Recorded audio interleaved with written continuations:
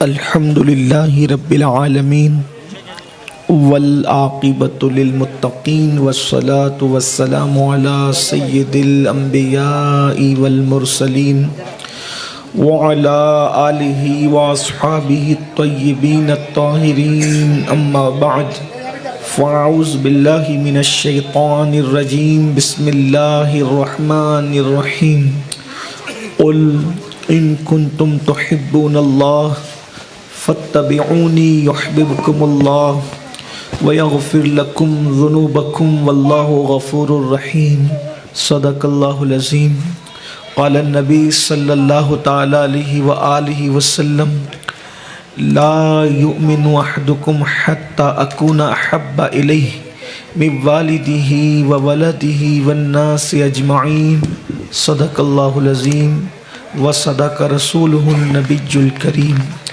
غوث اعظم بمن بے سر و ساما مدد قبلہ نی مدد کعبہ ایمان مدد انتظار کرم تستمن عینی را اے خدا جو و خدا بین و خدا دا مدد بگردہ بے بلا افتادہ کشتی ضعیفان و شکستہ رات و پشتی بحق کے خواجہ عثمان ہارون مدد کن مدد کن مدد کن یا معین الدین چشتی ممبر پر رونق افروز برادر اکبر برادر گرامی قدر پیر سید یاسین باپو قادری مدد اللہ العالی و جمیع عرش مقام سادات کرام علماء ذوی الاحترام حاضرین محفل پردہ نشین ماں اور بہنوں السلام علیکم ورحمۃ اللہ وبرکاتہ۔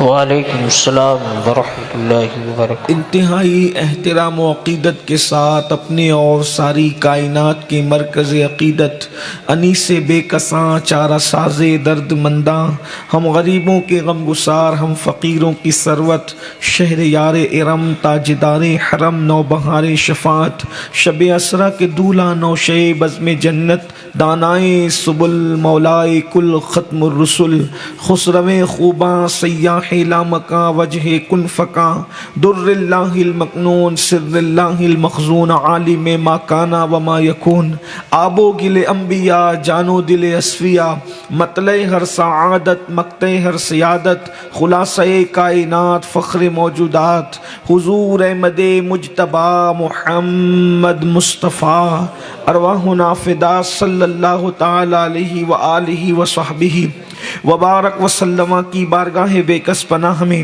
جس طریقے سے پڑھاؤں بلند آواز سے میرے ساتھ مل کر پڑھیں الصلاۃ والسلام علیک یا رسول اللہ، الصلاۃ والسلام علیک یا رسول اللہ، الصلاۃ والسلام علیک یا نبی اللہ، الصلاۃ والسلام علیک یا نبی اللہ، الصلاۃ والسلام علیک یا حبیب اللہ، الصلاۃ والسلام علیک یا حبیب اللہ، وعلی آلک واصحابک یا نور اللہ، وعلی آلک واصحابک یا نور اللہ، صلی اللہ تعالی علیہ وسلم۔ صلی اللہ تعالی علیہ وسلم۔ گزرے جس راہ سے وہ سید والا ہو کر، گزرے جس راہ سے وہ سید والا ہو کر، رہ گئی ساری زمیں عنبر و سارا ہو کر، رخ انور کی تجلی جو قمر نے دیکھی، رخ انور کی تجلی جو قمر نے دیکھی، رہ گیا بوسدہ نقش کف پا ہو کر، رہ گیا بوسدہ نقش کف پا ہو کر، اور چمن طیبہ ہے وہ باغ کے مرغ سدراب، چمن طیبہ ہے وہ باغ کے مرغ سدراب، برس و چہکے ہیں جہاں بلبل شیدا ہو کر، ہائے محروم یہ قسمت کہ میں پھر اب کی برس، رہ گیا ہمرے زوار مدینہ ہو کر، گوش شہ کہتے ہیں فریاد رسی کو ہم ہے، وعدہ چشم ہے بخشائیں گے گریہ ہو کر، ہے یہ امید رضا کو تیری رحمت سے شہا، ہے یہ امید رضا کو تیری رحمت سے شہا، نہ ہو زندان یہ دوزخ تیرا بندہ ہو کر۔ آج کی یہ محفل عقائد و اعمال کی اصلاح کے حوالے سے انعقاد پذیر ہے۔ اللہ تبارک و تعالی ہم سب کی حاضری کو شرف قبولیت عطا فرمائے۔ آمین۔ معاشرے کی اصلاح کے لیے سب سے بہترین جو نسخہ اور نسخہ کیمیا ہے وہ یہ ہے کہ اگر ہم اپنے معاشرے کو سنوارنا چاہتے ہیں، ہم اپنے معاشرے کو بدلنا چاہتے ہیں، ہم اپنے معاشرے کے اندر اگر انقلاب لانا چاہتے ہیں تو ہمیں اسی منصوبے پر عمل کرنا ہوگا جو مصطفیٰ جان رحمت صلی اللہ علیہ وآلہ وسلم نے اختیار فرمایا تھا۔ اللہ کے رسول صلی اللہ علیہ وآلہ وسلم کے وقت جو معاشرہ بگڑا ہوا تھا، اس وقت تو اس کا کچھ بھی حصہ بگڑا ہوا نہیں ہے اتنا جتنا اس وقت بگڑا ہوا تھا۔ مثال کے طور پر آج کوئی بھی ماں اپنے بچے کو اپنی گود میں شراب نہیں پلاتی۔ انقلاب، تبدیلی، معاشرے کی اصلاح کس طرح ہوتی ہے؟ آج کوئی بھی ماں اپنے بچے کو اپنی گود میں شراب نہیں پلاتی، دودھ کے ساتھ شراب نہیں پلاتی، مگر جب اللہ کے رسول صلی اللہ علیہ وآلہ وسلم اس دنیا میں تشریف نہ لائے تھے تو اس وقت مائیں اپنی گود میں دودھ کے ساتھ اپنے بچوں کو شراب پلایا کرتی تھی۔ سوچئے تو صحیح کیسا معاشرہ ہوگا، کیسا دہشت کا ماحول ہوگا، کیسے لوگ ہوں گے ظلم والے، جبر والے۔ آج کتنا بھی بڑا دہشت گرد ہو وہ دوسروں کے بچوں کو مارتا ہے، خود کے بچوں کو نہیں مارتا، مگر اللہ کے رسول صلی اللہ علیہ وآلہ وسلم کی آمد سے پہلے دہشت گردی کا معاملہ کتنا بھیانک تھا کہ لوگ اپنے ہاتھوں سے اپنی بچیوں کو زندہ دفن کرتے تھے۔ ذرا اندازہ تو کریں، زندہ چوزہ دفن کرنے میں انسان کے بدن کے رونگٹے کھڑے ہوتے ہیں۔ میں سمجھتا ہوں کہ مسلم تو مسلم، اگر کوئی مسلمان نہ بھی ہو اور اس کے سامنے کوئی زندہ مرغی یا زندہ چوزہ دفن کیا جا رہا ہو تو اس کے رونگٹے کھڑے ہو جاتے ہیں، وہ بے چین اور بے قرار ہو جاتا ہے۔ مگر اللہ اکبر، وہ کتنے سخت دل رہے ہوں گے، ان لوگوں کے دلوں کی سختیوں کا عالم کیا ہوگا کہ اللہ اکبر وہ اپنی بچیوں کو، ننھی سی بچیوں کو، بے گناہ بچیوں کو، بے قصور بچیوں کو اپنے ہاتھوں سے زندہ دفن کرتے تھے۔ کس قدر سخت ترین دل والے لوگ تھے۔ اللہ اکبر، بدکاری کے حوالے سے اگر کوئی ان کو بدی اور بدکاری کے لیے نہیں ملتا تو وہ لوگ بکریوں کے ساتھ، جانوروں کے ساتھ، حتیٰ کہ ماؤں کے ساتھ بدکاریاں کر لیا کرتے تھے۔ ایسا بدترین معاشرہ تھا۔ اللہ اکبر، نمک اور کافور میں فرق نہیں کر سکتا تھا انسان۔ جہالت اور غباوت میں انسان ڈوب چکا تھا، گندگی میں انسان ڈوب چکا تھا، جرائم اپنے عروج پر تھے، جرائم مکمل طور پر اللہ اکبر اس طرح عروج پر تھے کہ شیطان نے اپنے پیر پھیلا رکھے تھے، اپنے پنجے گاڑ رکھے تھے۔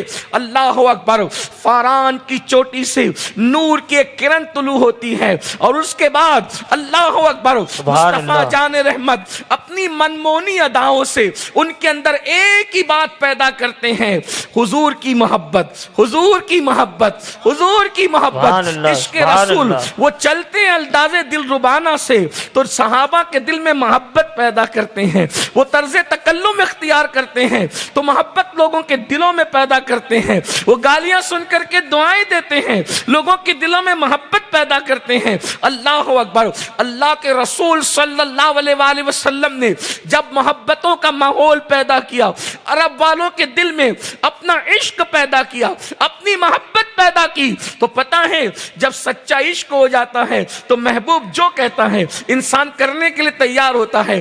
آپ اندازہ کریں، اگر آج پیر و مرشد کہے کہ سگریٹ چھوڑ دو، بیڑی چھوڑ دو، امام صاحب کا گٹکا چھوڑ دو تو لوگوں سے چھوٹتا نہیں ہے۔ لیکن اب آئیے، عشق کا معیار کتنا خوبصورت ہوتا ہے، عشق کتنا حسین ہوتا ہے، عشق کتنا پاورفل ہوتا ہے، عشق کتنا پر اثر ہوتا ہے، عشق کتنا پر تاثیر ہوتا ہے کہ جنہوں نے ماؤں کی گود میں اندر شراب پی تھی، جب اللہ کے رسول نے اعلان فرمایا کہ شراب حرام کر دی گئی ہے تو جس کے منہ میں تھی اس نے کلی کر دی، جس کے ہاتھ میں تھی اس نے پھینک دیا، جس کے مٹکوں میں تھی مٹکے توڑ دیے۔